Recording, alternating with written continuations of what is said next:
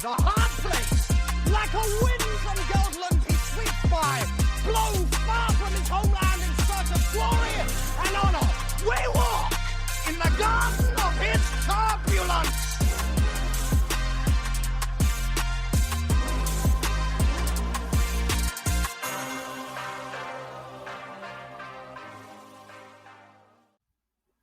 Welcome to Movie Joust. My name is Jesse Nussman, an Atlanta film critic. With me on the other line, two more Atlanta film critics, Jason Evans, Josh Sewell. Guys, we've done it. We did it. We're all here together. 3 generations of white dudes all talking about movies on a podcast. No one else on the internet is doing this. It's just what the world needs. We're breaking new ground. By the way, should silent majority. Should we define our generations? I'm the old guy. I'm 57. I'm the old guy. You're a senior citizen, Josh. Wait. Let's not go that far. AARP eligible. Yes. Oh, God. Josh, you're I guess you're Gen X, right? Yeah, I'm sort of on the cusp. I'm in between Gen X and millennial, so I'm an 80s kid. Yeah, and I guess I'll stand in for what's the stereotype at this point? Woke, lazy millennial. I guess is going to be my. I think stop buying Starbucks and avocado toast. The better way to define us is Jesse is not married and has no children. Josh has kids. My kids are gone. And that's all the perspective you need. Yes, that will be a very helpful, I feel like, look into our movie watching habits, as you guys are unsurprisingly a lot more selective than I am, where like I'll just come home and be like, I haven't seen this minor John Ford movie. I'm just going to throw it on in the background as I clean the house or something like that. I have no time for this stuff sometimes. Well, guys, to kick off our first episode, we were kind of, gazing the content mines, trying to see what we could talk about. And like most movie podcasts, we just kind of came back to like, let's talk about the awards race, which I'm going to start us off with a little bit of kind of like, I'm kind of not into it this year. Like, and maybe there's a bit of excitement in that, and like, it doesn't feel like last year, due to the strikes that happened last year. This kind of seems like a more sort of open playing field than in years past, especially compared to last year. By this time, we're recording on November 1st. We would have had Oppenheimer by this time last year, Barbie by this time last year. I think the Scorsese movie by this time last year. That there were very clearly some like very big contenders already in play. And what do you guys think of kind of like the state of the sort of, for lack of a better word, awards race so far this year? Have there really been any contenders? Or are you guys just not even interested in it that much this year and are sort of like, burn it down? Yeah, I think the sort of general consensus that we have among, us and our colleagues after a screening is it feels like a toss-up this year, and not in a good way. It's just there's so much stuff that's fine, but so what? Right.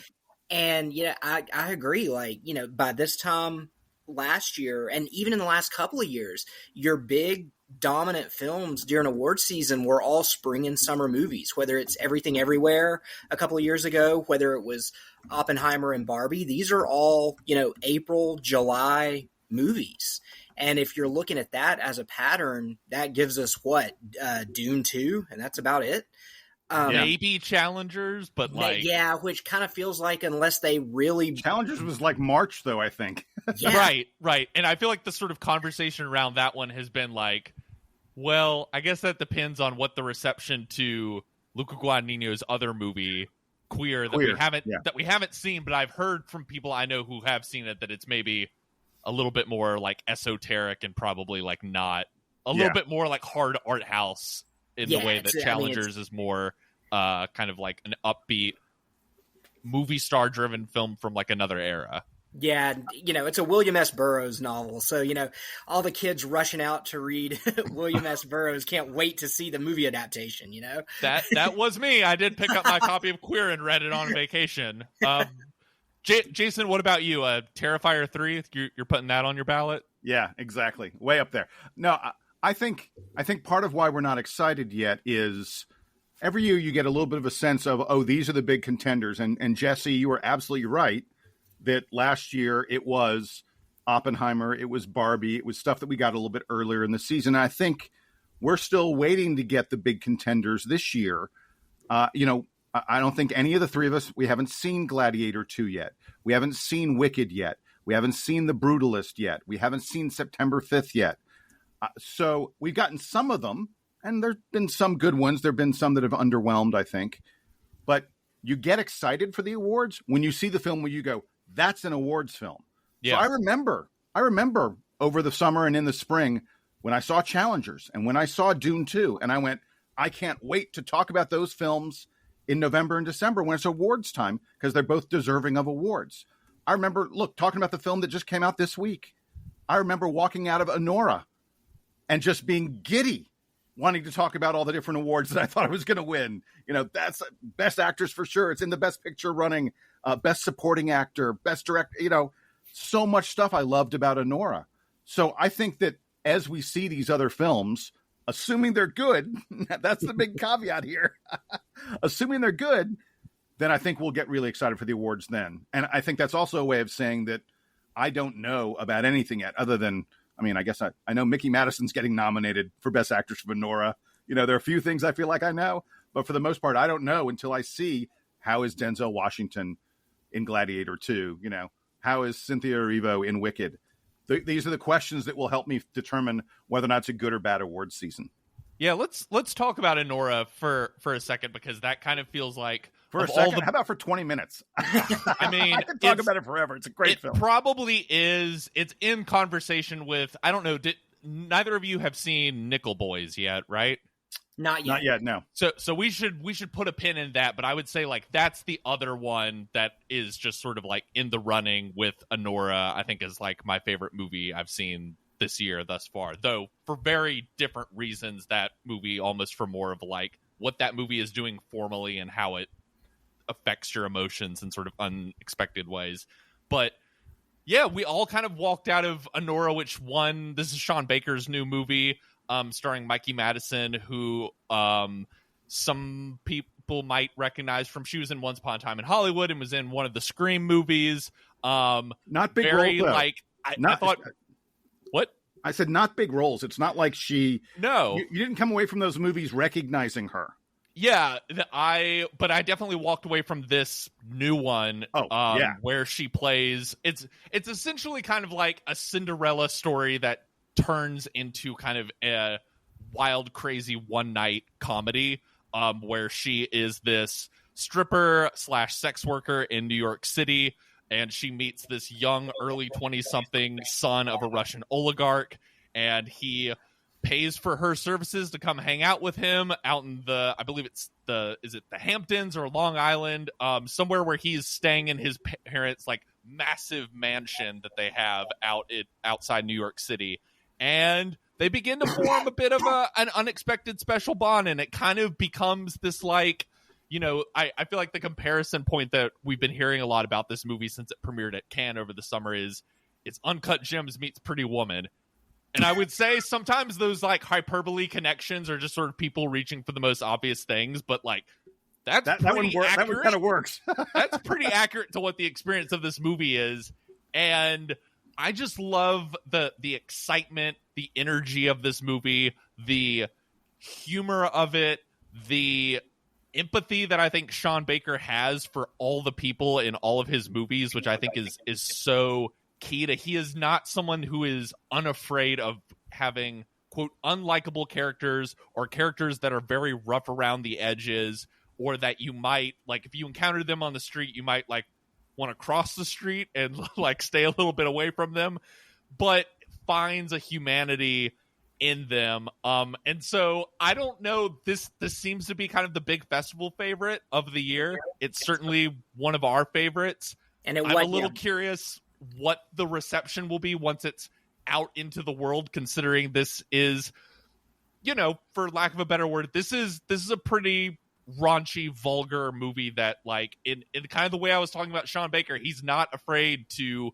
you know, kind of envelop you in sort of the scuzziness of the worlds his characters live in. But I think the magic of it is he finds a sort of universal humanity to all the people in it that makes you, like, really invested in what they're going through. But what did you guys think of the movie? I assume you loved it as much as I did. Yeah, that's a good point, Jesse. Everything you're saying is right on. I loved it as well. I think it's this interesting. It's got the interesting potential here. Like, you know, clearly, you know, us artsy critics love it. It won the Palme d'Or at Cannes. First American film to win it since like 2011. Yeah, and you know, I think Sean Baker is very much aware of the Pretty Woman Cinderella connection. There's some pieces of dialogue early in the film where he's directly referencing conversations from Pretty Woman. Like we'll call it homages, right? Where you know, they're doing the negotiation scene. But yeah, it's something that Sean Baker does in all of his movies where, you know, I think in a lot of movies like this, we're predisposed to root for, you know, the rich guy, you know, because that's what's going to get Anora or Annie to this better life. And then you start realizing, you know, obviously not getting into spoilers or anything, but as the situation grows more complicated, you start realizing she has more in common with the people who in a lesser movie would be like the anonymous henchmen. Right? Mm-hmm. You start realizing, oh, like they see where each other are coming from a lot more than this like clueless billionaire's kid does. You know, the thing that struck me about this film was I felt like it was two movies. The first half or so, maybe the first, you know, 40%-ish is like this Pretty Woman-ish romance. And it's very frenetic. You know, it's constant parties and sex. It's pure sex, drugs, and rock and roll for like that first hour. Bingo, basically. Exactly, and it's enjoyable, and you're getting to know what you think are the two main characters, and then you realize one of them's not one of the main characters. Right. Then Baker basically like pulls the rug out from under you, and it's like this is now it's after hours now. Basically, it's exactly a, like, nightmare fuel through like, and not like scary nightmare fuel, but like it is just like a chaotic rat race across New York City. Okay. Well, something else I noticed as well is you go from like we were saying, endless sex, drugs, and rock and roll to scenes of intense physical comedy, you know, witty dialogue, a lot of it either improvised or written to feel improvised like it's a regular conversation, and really lets you get to know these characters that in another film would have just been stereotypes or tropes or cliches. Side characters. Yeah, they're side characters with two lines. Yeah, and in this film, they become so much more realized. Yeah, they're actual people. Yeah. Well, and what's more, you're talking about the dialogue, Josh, and I'd love to know. Look, I'm not someone who likes to go reading a lot about how films are made.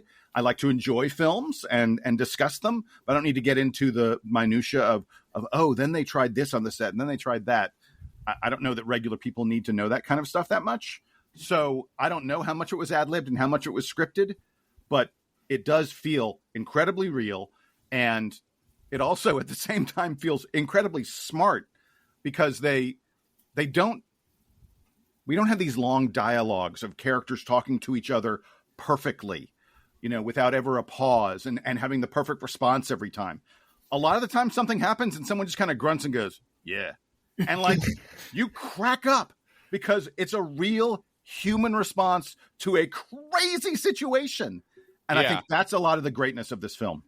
Yeah, and I think so much of, you know, I think part of my curiosity with like what everyday people will sort of think about this movie too, even though, you know, everyday people aren't who vote for, you know, the Oscars. But like once this movie gets out of the sort of like critics bubble that it's kind of been living in for the last few months, is like, you know, that there is a kind of like vulgar honesty in the way that like the characters talk as well, and that I think is sort of true to how those people would talk to each other in real life. And it may be uncomfortable for some viewers, but like I feel like it is part of sort of the the truthfulness of the story that Sean Baker is getting at here. Yeah, absolutely. And, one of the things that I think differentiates us as critics, we were talking about generational differences, but you two, to kind of orient our listeners geographically, y'all are very much,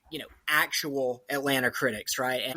And out in the sticks, right? And so my readers for the publications I write for are a little more, rural. And so I kind of keep that in mind when I write, and I let them know, you'll know if this movie is for you within the first 10 minutes. Yeah. Because Sean Baker is not hiding what this world is like. It is literally in your face. Though I do... Wait, as Josh, much you as said basically... It's the opening. The opening scene is women stripping. Yes. Although then it turns into this like incredible. I mean, I love that opening shot where it like pans through, the different kind of like private VIP, you know, stalls, and then it finally lands on Mikey Madison, like right as this like terrible like club song is basically playing. This terrible like Calvin Harris knockoff song is playing on the soundtrack, and just sort of like the camera like zooms up to where you're just seeing kind of her shoulder up, and then like that's when the title of the movie comes, and it's such a like incredible like, ladies and gentlemen, here's a movie star. And of just sort of like in like, that's like the second I knew in that moment of like, oh, okay, this girl's got it. Like she can hold the screen, and in like this massive theater that we were watching it in, and like she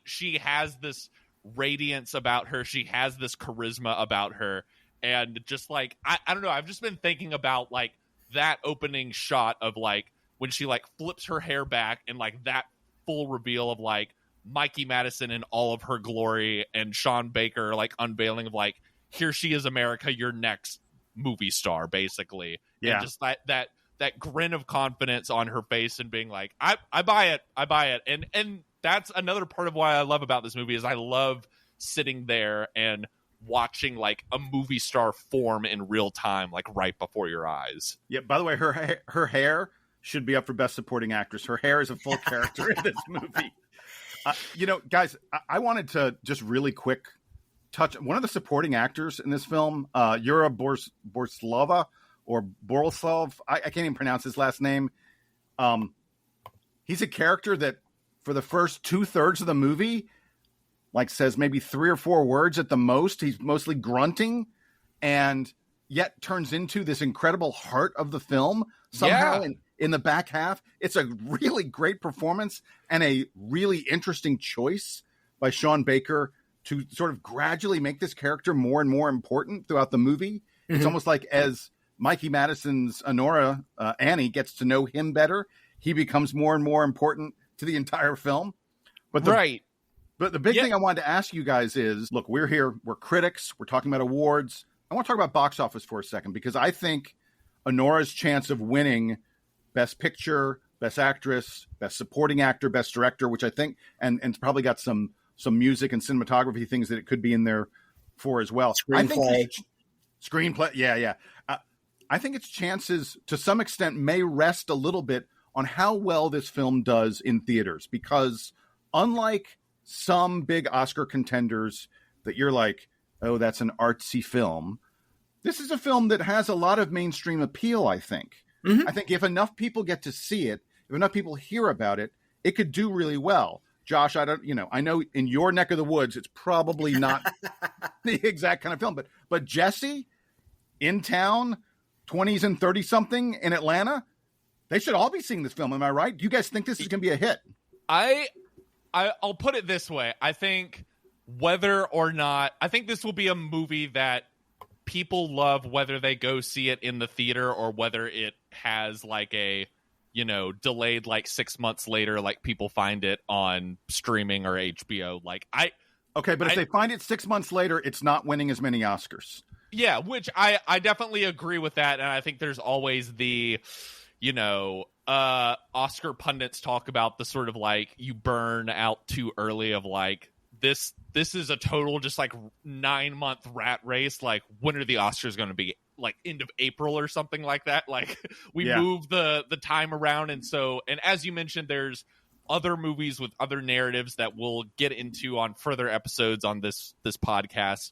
I hope, and I think it has the fun and energy to be. I could see this movie having a similar life to something like Uncut Gems, in the way that, like, when that movie came out, there was very clearly like a young, I wouldn't even like limit it to young, but an audience of people that found that movie and got on its wavelength and were like, this is electrifying. I've never seen Adam Sandler this good. I'm like, sign me up for anything the Safdies do from now on.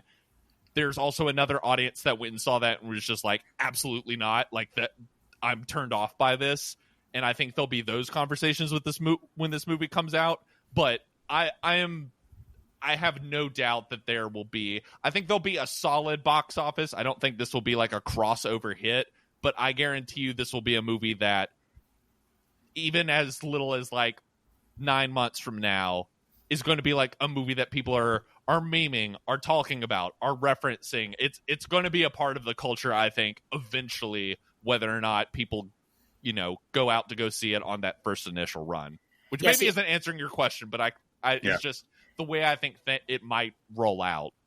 I think a lot of it depends on, because as far as mainstream releases go, I know Neon, which is the distributor, is kind of hit and miss on the larger scale. They've got like the art house indie market cornered, but I think, their most recent success was, I think, Longlegs with Nick Cage. Right. Which was a hit. So I could see this doing like moderate Longlegs business if the word of mouth was good. And content wise, a few years ago, I might have thought, a lot of my readers would have needed their fainting couches and stuff. But, we live in a world now where everybody gets Max, everybody gets Hulu. People that live across the street from cow pastures are watching Euphoria, and so. And you look at some of the recent Best Picture winners, like, I don't think the content is a barrier to that anymore. You got The Shape of Water, like, your Best Picture winner opens with its heroine having some fun in a bathtub alone, and then, having sex with a fish monster. And then, Everything Everywhere All at Once. You had that big fight involving, sex toys, and it's a Best Picture winner. So, as far as like the sex nudity language, I don't think that's quite the barrier that it used to be. I mean, I hope not, Good. because I want people to be able to watch this and enjoy it. And, I don't think that any of the sex is done in an exploitive, kind of way. It very much serves the story. And I want this film to make $30+ million. I really do. I do too. I want all the best for. To me, that's like the threshold. If you make less than 30, I think some of the Academy Award stuff starts to become a tough sell. Yeah. And believe me, we've been talking about this. To get sort of back to the Academy Awards, depending on how Wicked and Gladiator 2 do, this could be an Academy Awards where all the Best Picture. Not all of them, but a lot of the Best Picture nominees are not films that a lot of people have seen, other than Dune 2. Yeah. If The Brutalist and Challengers and Anora and September 5th and Conclave and Emilia Perez are the Best Picture nominees, I don't think any of those films are doing 10. I mean, heck, Emilia Perez is mostly going to be streaming. Yeah. Those films just aren't doing big business. And so I think that if you can have a film that does, again, my number's like 30 or so, it's in the mainstream consciousness enough that I think it has a better chance at winning the awards. Well, let's maybe hop to some other movies, because I guarantee you we'll be talking more about Anora for like the next several months. And then we can get into more of sort of the spoilery stuff that happens in the second half of the movie that I think we just don't want to touch on for this initial conversation, because we want people to go and experience it and to like get caught up in the excitement of sort of not knowing where this movie is going to turn in its second half. Do you guys want to talk about Conclave or Emilia Perez next, which I feel like are the two other sort of fall movies that thus far I've heard some like Oscar rumblings about, and I just kind of want to check you guys' temperature on. I'll start and I'll say that I think that Emilia Perez has some really good acting performances. I think it's kind of a question of whether Zoe Saldana and Carla Sofia Gascon go in Best Actor or Best Supporting Actor. I think you can make an argument for each one of them being in either category. I think Zoe Saldana probably has to be in Best Actor. Yeah, I guess. It really, I think, could go either way. I would say they're both Best Actress, but like someone eventually is going to. Maybe you put Zoe Saldana in Best Actress just because she's the bigger name of the two. That's Emilia Perez to me is a movie that again has a couple great acting performances at its core. There are some musical numbers. It is absolutely a musical, and there's some of the musical numbers that are fabulous. Just the staging of them, not how they advance the story, because they aren't really advance the story kind of musical numbers. But the staging of them and the beat and the such, it's not a musical like the way Wicked is or something like that. It is not what you would expect from a musical. It is very, very Latin and just a ton of beat to it, I guess that you would say. So this is white guy. I'm not capable of doing this. This is for people who don't know. This is the new film from a French director named Jacques Audiard, who I don't know if you guys have seen some of his other movies like Rust and Bone or A Prophet. Which, if you guys haven't seen A Prophet, you like. Josh is nodding, but like Jason, film. If you haven't seen A Prophet, that is like right up your alley. But I've heard great stuff about it. Yeah, but like this is a guy who loves like mishmashing multiple different. He likes to give you 3 different movies all at one time in all of his movies, and he did in Emilia Perez. Here he gives you a Spanish language crime musical family drama that's like part Sicario, part musical, part like Mrs. Doubtfire, that's basically about Zoe Saldana is a lawyer in Mexico City who gets approached by a very scary cartel lord who tells her that Wait, are you going to say it? Don't say it. Just don't say it. Well, okay. I'll tell you that I didn't know it. So okay. So that is fair. And I feel like a lot of the reactions out of the festival that this played at that were more positive were people not knowing anything about it other than, I think to say that it mixes those 3 elements of like, like I said, the like Mrs. Doubtfire family drama, even though Mrs. Doubtfire is a comedy with like big. This is not a comedy. This is big flashy musical numbers. And then also like very gritty crime drama. I can't say that I thought all of it worked, but it doesn't.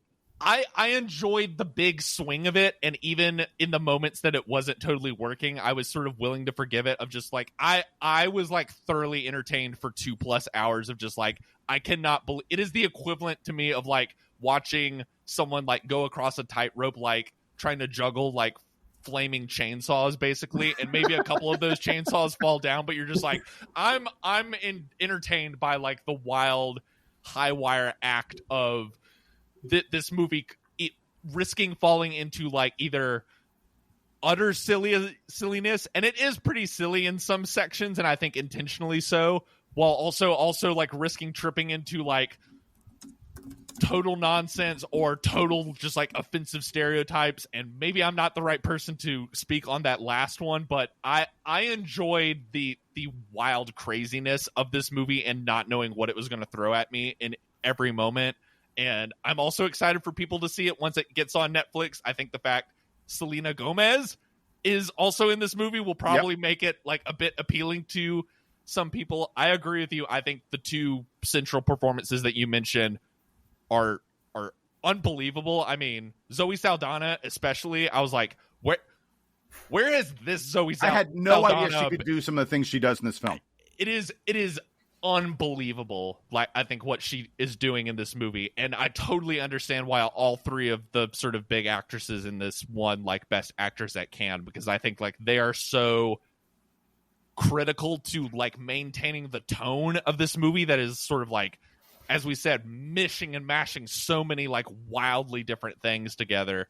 So, Josh, you didn't get a chance to see it yet, have you? No, yeah. So I know a lot about it, just occupational hazard, but I'm very curious to see how it plays in critical circles versus where it's going to live 99% of its life, which is one of a gazillion things you pick on Netflix. Yeah. And look, by the way, I want to say really quick, it's a crime that this film is going to be on Netflix. I agree. Because this is a big sweeping, like you want to be caught up in the spectacle of it. It is a big, flashy movie. You need to be immersed in this film in a way that you just can't do when you're streaming at home. And I want to be, by the way, Jesse, I completely agree with you. It takes a lot of swings and it misses a pretty fair percentage of the time. There were times I was watching, I was like, what the hell are they doing now? But at the same time, the places where it hits, it's hitting doubles, triples, and home runs. Yeah, there were moments of it where I was like, I can't believe that it like got me emotional. Like some of the family drama stuff with, this is another one where we will, I think, dive into it more when we can get into like full spoilers. Cause I think that's smart, Jason, to say like, we should save some of the surprises of where this movie goes. Look, all you need to know about it's a musical. It is about a lawyer in Mexico City where a drug lord comes along and says to her, I want to escape this life. You're going to help me find a new life. Yes. That's all you need to know. And so much of the film is, I think, about this idea of, how much can you really change and like escape your past and escape like who you are and like what you've done. Like how much can someone who we would think of as like a very, quote, like evil person in the world, can that person change and form into another version of themselves that is a force for good in the world? Can you buy your way into heaven? Yes. That's a great way or of will trying to it. do that send you back to hell? Yeah. I definitely, I think this also could get into Best Picture of just, I wonder if there's going to be people in Hollywood who see this and just have the thing of like, yeah, maybe that didn't work, but like, goddamn, they went for it. And kind of almost a sort of like, you know what, hats off that you got 60, 70% of the way there. I mean, it's possible, I suppose. I agree. I think we need to wait a little bit. Wait till Josh sees it. Yeah. To have a longer discussion about it. It's a very interesting film. There's no question about that. It's a movie that when I walked out, I wanted to talk about it with you guys, with my fellow critics. And that's always a sign of a good movie. I don't know that that's a sign of the greatest movie, but it's a sign of a good film. Yeah. And the think pieces are beginning to flow. So if nothing else, a movie like this can be counted on to get the people who have opinions to express those opinions. I have not, the reception thus far, just in my little, letterbox land that I live in, seems to be very similar to the Megalopolis reactions in that I see some like big defenders of the swing, and I also see a lot of like 1 and 2 star reviews of like, wow, that like imploded on itself. So excited to talk more about it, but let's talk about. I was gonna say, Jesse, just really quickly, because we don't want to spend too much time on all this stuff, but I wanted to talk about Conclave just super fast because that's what I was going to transition to. The popes. There you They're go. sneaking. I actually think Conclave is not. I think Conclave is going to be one of those films that it's going to be like, oh, it just missed out on Best Picture. Oh, just missed out on Best Supporting Actor. Oh, just missed out on Best Director. I think it's sort of one of those films that's going to come in. If any place, I think Edward Berger, who did All Quiet on the Western Front, fabulous. And Edward Berger is now clearly Hollywood wants him. I think he stands the best chance of getting a nomination for Best Director for this. I do not think he will win, but I think the direction in this film is probably better than all the other pieces of it. I actually think one of the things that hurts the movie is that at its core, it is a political thriller about voting. And we're recording this 4 days before the U.S. is going to have an election. I don't know. People are really excited about the uncertainties of the political process. Oh boy, yay! I don't know how that election's going to turn out. I don't know how after the election is going to turn out. These are all things that give me great concern. And I don't know that this film is something that people are going to be like, yes, I need a release from the daily protests and the lawsuits and the other insanity that's happening. I'm going to go see a movie that's about the same kind of thing, sort of. I think that's going to hurt it. Yeah, that's a smart observation, because I will say I found this movie, which is basically about, you know, a fictional pope dies, and is basically about the conclave of cardinals that get together to determine the next one, and they're scheming against each other, and they're unraveling secrets, and features like a very just sturdy cast of great actors like. Well, and it's a struggle between folks who want the Catholic Church to be a little more liberal and progressive, and folks who want it to return to very conservative roots. Make the Catholic Church great again? Yeah, I mean, and I will say, I think this movie is like a pretty solid like fall programmer. I'm not like one of those people. I think it's a little overrated considering some of the hype I heard out of it from the festivals. I think we can do a spoiler conversation when, I mean, it's out. Do you guys want to put up a spoiler alert here in a bit? Oh, Josh hasn't seen it. I know, okay. It's not living in it's the not sticks. playing It's in not rural playing Georgia. locally. Well, I will say, I think there is something about the ending that I think, whether or not you want to view it from a political lens, whether or not you want to view it from a storytelling subversion lens, there's something that happens at the end of this movie that got a massive reaction out of the audience. And I wonder if some of the like hype around this movie is basically around like people being in audiences with people who sort of like went at that ending. Now, I think we can have a conversation. That's a great way if you can pull it off, which I think they largely do. Yeah. The quote unquote twist ending is a great way to have people leave the theater happy and buzzy and wanting to talk about your film. So, yeah. Okay, I don't know that it's that essential to the story. I actually, the way I felt about the ending of Conclave was, oh, that's interesting. That doesn't impact anything I've seen for the previous hour and a half. Yeah, it's without getting too into the weeds. I think it fits the themes of the movie about that, as you said, that kind of push and pull between the sort of like progressive attitudes versus a more sort of conservative attitude around religion and the church. But yeah, it is. I look forward to maybe seeing it again, and like when we get like a screener of it or something, and seeing like, okay, is this one of those twists that's just sort of like, boom, we just like threw something random at you at the last second, and we're like, oh wow, didn't see that coming? Or is this one of those where like we're leaving breadcrumbs that maybe you as an audience are not fully aware of, you know, the kind of like the Sixth Sense or the Fight Club like twists where like you go back and watch those movies a second time and you're like, oh my god, it was so obvious, how did I not see it all along? It's not as significant a twist as those movies though. It's just not. Like so I said, do you guys think as the sort of outsider here representing, you know, the viewers who haven't seen this yet, do you feel like it has a chance of capitalizing on maybe some of the he's due conversation for Ralph Fiennes that Robert Downey Jr. kind of benefited from last year? Or do you feel like it depends on, you know, how long the buzz stays out there? I gotta be honest, I kind of don't get the Ralph Fiennes argument as much as I love him. And like, honestly, if we were going to give him a Best Actor award, we should have done it for Grand Budapest Hotel. Absolutely. That's my hot take. But like, he has an Oscar. Didn't he win for Schindler's List? Like, it's not like he's overdue. I don't think he did. I don't think he won for that. No, let me double check.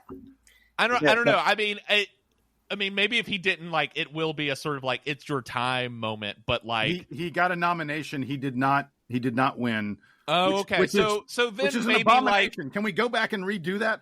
Who won Best Supporting Actor? That's what I was about to look at. Right. Like, I could have 93 sworn that he did, but like, yeah, I guess to your point, Josh, I guess this will be the sort of like, he's a great actor. He's consistently good in everything, even when he's coming in. Oh my God, Tommy Lee Jones won Best Supporting Actor. Oh, I mean, I kind of can't deny that. No, we need to go back and redo this right now. Who's got That's a time such machine? A fun performance, though.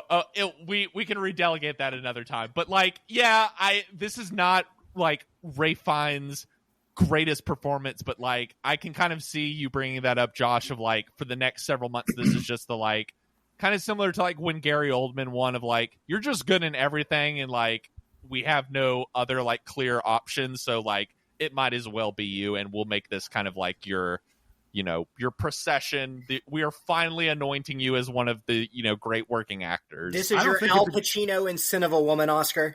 Yeah. Right. I mean, he's better because I personally think Al Pacino is awful in Sin of a Woman, and that is like one of the craziest like award wins that's ever happened.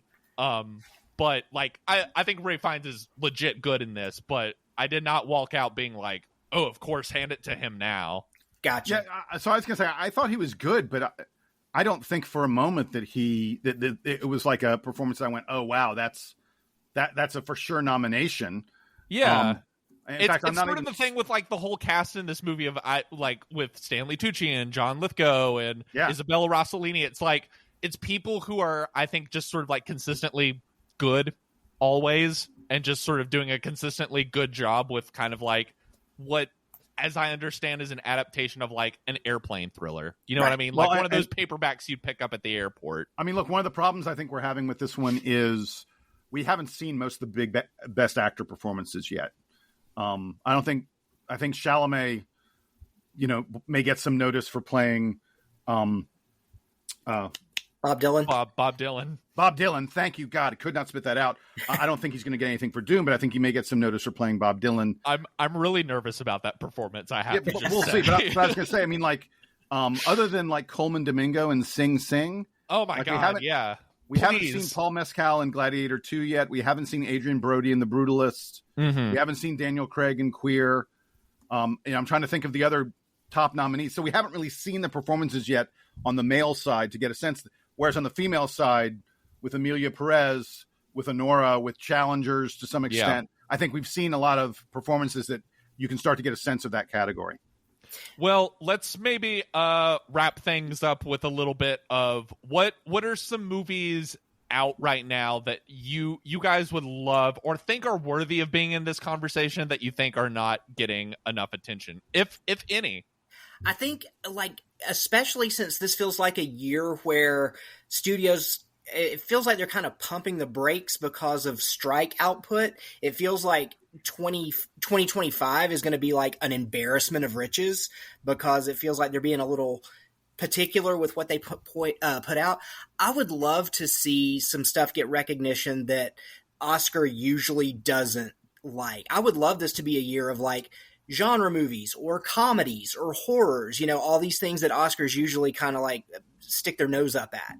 And, one of the first things... Did you just say that you want Deadpool and Wolverine to get a nomination? Yeah, you took the words right out of my mouth, right? No, one of the things, and this will never happen in a million years, but I mean, something like Willa Fitzgerald in Strange Darling, who, some people may know who she is from like TV, but this is another one of those performances that could be star making if enough people saw it. But it's stuff that Strange Oscar Darling is a great film. That's just amazing. And, Oscar's not going to touch it with a 10-foot pole, but I would love to see stuff like that get attention. I'll tell you one that I think and it's not a obscure film, but I haven't seen it talked about for Best Picture that much. The Wild Robot has to get a Best Picture nomination, in my opinion. Oh yeah, I still haven't seen it. It's on my list. I'm waiting for the screener to arrive. I've heard like you guys raving about it, and just like everyone I know that's seen it, like whether at work, in my family, among our critics circle, is just like that's the best animated movie of the year, like hands down. Right, and I think that people go, oh, animated, oh, for kids or something like that. They don't understand what a adult, mature story you get from The Wild Robot. They don't understand how beautiful the film is. Like, I've talked about the fact that every frame of that movie looks like a painted picture. It's a style of animation that you don't see done very much ever anywhere.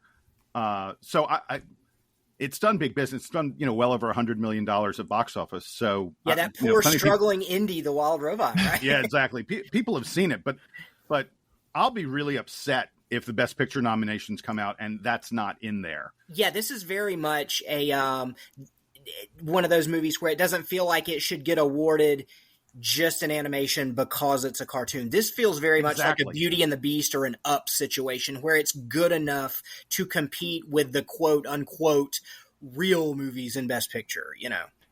I would love to see that because I always do. There's always like at least one animated movie. Like last year, Boy and the Heron for me of just sort of like, you know, one of my like 2 or 3 favorite movies of the year, and of like I feel like so often the animated movies just get relegated to their own little category. Right. The Oscars are like, they go, oh, we'll give it a statue in that category, and I want to be right, like, no, we don't need it in there, and it's like you know, it's almost like it's like a bad participation trophy is sort of what it feels like. Yes. Even though I know that like it's a big deal to win that award, but just let's be open to nominating animated movies. I'm gonna kind of agree with you, Josh. I think it'd be cool if some like weirder genre stuff, something like The Substance. Have you guys seen that yet? Yeah. Like Demi Moore getting an actress nomination for The Substance, which is this like very, very weird, gross body horror movie that like I feel like has actually done pretty solid business for like the size of movie it is and for how weird it is. But like I would love for something that kind of scuzzy and weird to get into the Oscar conversation and make it a little bit livelier than sort of like these more kind of uptight prestige movies that where it just feels like they're checking boxes, you know. Yeah, like and that feels like a movie that people are seeing. I know the audience I saw it with, I didn't go to a critic screening, I went to just a normal like screening on a Thursday at the AMC, and it was a raucous audience of people like gasping and laughing and screeching in the theater. And you can tell it's one of those movies that like so many people have been coming up to me and be like, have you seen The Substance? Have you seen The Substance? I'm really curious to check this out. And like that feels like a cool movie that is in its own weird kind of cultish way permeating the culture, and I feel like would be a good kind of olive branch for the Oscars to stick out, to be like horror stuff, like genre stuff like that has its place in cinema. There's no question about it. I'll throw out one more, and you guys may groan. I don't know. I thought Florence Pugh was great in We Live in Time. Oh, absolutely. I thought I still haven't seen it, but I wish all the best for her. She was fat, and it's a daring. Her performance in that is unusual. I'm not saying that she. I mean, look, there are 5 spots for Best Actress. That's a really, really tough place to get noticed. But I would not be upset at all if she snuck her way into that category. I don't think she will, but I think that's another one that I think would be interesting. I'm with you. It's very much a movie that in the wrong hands could have just been like a Nicholas Sparks book. Yeah. You know, it's just like it covers a lot of ground that all of his books do. It's a weepy, bring Kleenex, it's love, it's illness, but they elevate it in a way that makes you really care about these people more than just like tier delivery machines, you know? Well, and I thought the time jumping gave it, I don't want to say a mystery aspect, but it allowed you to sort of piece it together as you slowly went along. And when you'd see scenes, you'd have to go like, okay, wait, where's this one now? And it engaged me more than the usual, I don't want to call it a rom-com. It's not a comedy at all, but you know, those usual sort of romantic, like you say, tear jerkers. I was more engaged than I usually am in those films. So yeah, hats off for them the way they did it. And I also think that she's so good. Everything she's in. Yeah, this could have easily... She takes terrible roles and does great stuff with them. This is a good role. Yeah, it could have easily been like grief or misery porn. And it's a movie where like even though sad stuff happens, you don't leave the theater just feeling, you know, emotionally devastated. You know, like you're like, that was a good movie. Well, guys, hopefully those things will work out for us. But I guess we'll just have to talk about when Reagan sweeps the Oscars. Dennis Quaid, heck of a year. You know, like his character in The Substance and Reagan, a lot of similarities there. You know? Yeah. Have to just close out by saying I did the other night fire up a link of Reagan on a site that probably gave my computer a virus because it was like some like weird Ukrainian site because I didn't want to pay for it. One of the funniest movies I've seen all year. Just like laugh out loud. Not hysterical. intentionally. Not intentionally, but I had a hoot for like 2+ hours, was like falling off the couch laughing. We have a new Rocky Horror Picture Show. Exactly. We're going to hold screenings every year. Well, guys, it's been such a pleasure talking with you all. We will be back next week. Did we successfully joust? I think we kind of pointed our swords around. We kind of poked each other a little bit. Training session. We'll get to eventually like a big, maybe Gladiator 2 or Wicked will be the thing that like we're actually pulling punches at each other for. Or maybe Jason and I will just fight about Civil War again.